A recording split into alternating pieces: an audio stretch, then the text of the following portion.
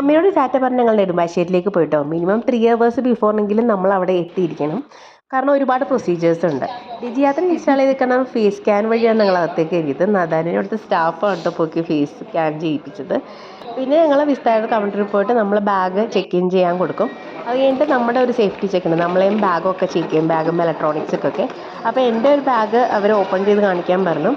അപ്പോൾ ഹെയർ പിന്നായിരുന്നു. പിന്നെ അവർ ബോർഡിംഗ് പാസ്സൊക്കെ കൊടുത്തിട്ട് തിരിച്ചു തന്നു. പിന്നെ ഒരു 8:20 കഴിഞ്ഞപ്പോഴേക്കും ഞങ്ങൾ ബോർഡിംഗ് പാസ് കാണിച്ച് ഫ്ലൈറ്റിലേക്ക് കയറി. നദാനിനെയൊക്കെ കാണിക്കണ്ടോ. അപ്പോൾ നദാനു വാസ് സോ എക്സൈറ്റഡ്.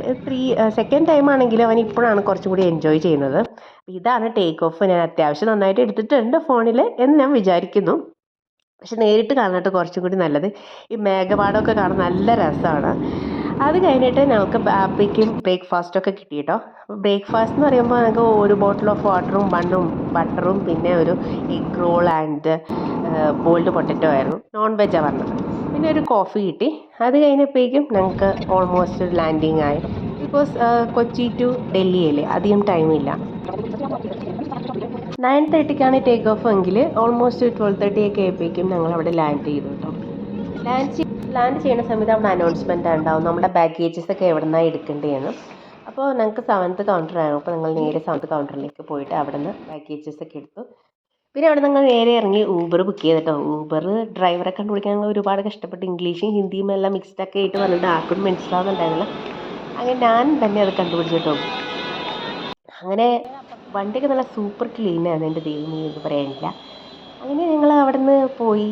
യാത്ര തുടങ്ങുമ്പോൾ തന്നെ ഒരുപാട് ഓഫീസേഴ്സും കാര്യങ്ങളൊക്കെ കാണാൻ പറ്റും. മെയിൻലി അവിടെ എയർഫോഴ്സ്, ആർമി അങ്ങനത്തെ ഒരുപാട് ഓഫീസേഴ്സ് ഉണ്ടായിരുന്നു കേട്ടോ. പിന്നെ പോകുമ്പോൾ ഒരുപാട് മോണുമെൻറ്റ്സും ബിൽഡിങ്സും ഒക്കെ കാണാൻ പറ്റും.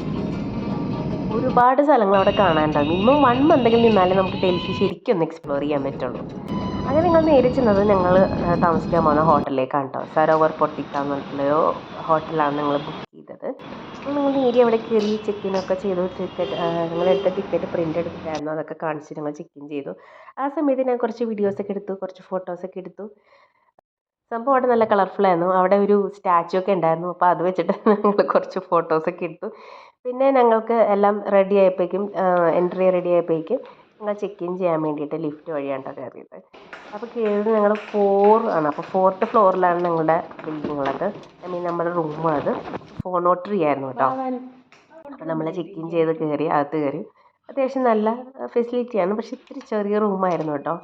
പക്ഷേ കൊള്ളാം, അത്യാവശ്യം നല്ല കംഫർട്ടബിൾ ആയിരുന്നു അറ്റ്മോസ്ഫിയറൊക്കെ. അവിടെ കുറേ ലേസും ബഗ്സും കാര്യങ്ങളൊക്കെ ഉണ്ട്. പക്ഷെ അതൊക്കെ കഴിക്കാൻ നിന്നാൽ നമുക്ക് പണി കിട്ടും. അതിനേക്കാളും നല്ലത് പുറത്ത് പോയിട്ട് 10 രൂപ മേടിക്കുന്നതാണ്. കാരണം അതൊക്കെ മേടിച്ച് ചിലപ്പോൾ അവർ 50 രൂപയൊക്കെയാണ് ഒരു ലേസിനൊക്കെ ചാർജ് ചെയ്യുന്നത് കേട്ടോ. അവിടെ ഇരിക്കുന്ന ഫുഡ് ഐറ്റംസ് നമ്മൾ കഴിക്കാതിരിക്കുന്നതായിരിക്കും നല്ലത്. നമുക്ക് ബ്രേക്ക്ഫാസ്റ്റ് അവിടെ നിന്ന് ഫ്രീ ആയിട്ട് കിട്ടും. ബാക്കി ലഞ്ചും ഡിന്നറും ഒക്കെ നമ്മൾ പുറത്തുനിന്ന് തന്നെ മേടിക്കണം കേട്ടോ. അങ്ങനെ ഞങ്ങളിവിടെ റെസ്റ്റൊക്കെ എടുത്ത് സംഭവം ലഗേജൊക്കെ വെച്ച് കഴിഞ്ഞപ്പോഴേക്കും ഞങ്ങൾക്ക് വിചാരിച്ചു വന്നാൽ പിന്നെ നമുക്ക് കുറച്ച് കാർട്ടൂണും മൂവീസും എന്തെങ്കിലും കാണാം. അങ്ങനെ വിഷ് ചെയ്തെന്ന് കണ്ടു. അതൊക്കെ കണ്ട് 3 മണിയാകുമ്പോൾ ഇറങ്ങാനാണ് ഞങ്ങൾ പ്ലാൻ ചെയ്തത്. ഇന്ത്യ ഗേറ്റും സരോജിനി മാർക്കറ്റും ആണ് ഞങ്ങൾ പ്ലാൻ ചെയ്യുന്നത്. അപ്പോൾ ബാക്കി വിശേഷങ്ങളായിട്ട് നമുക്ക് വീണ്ടും കാണാം.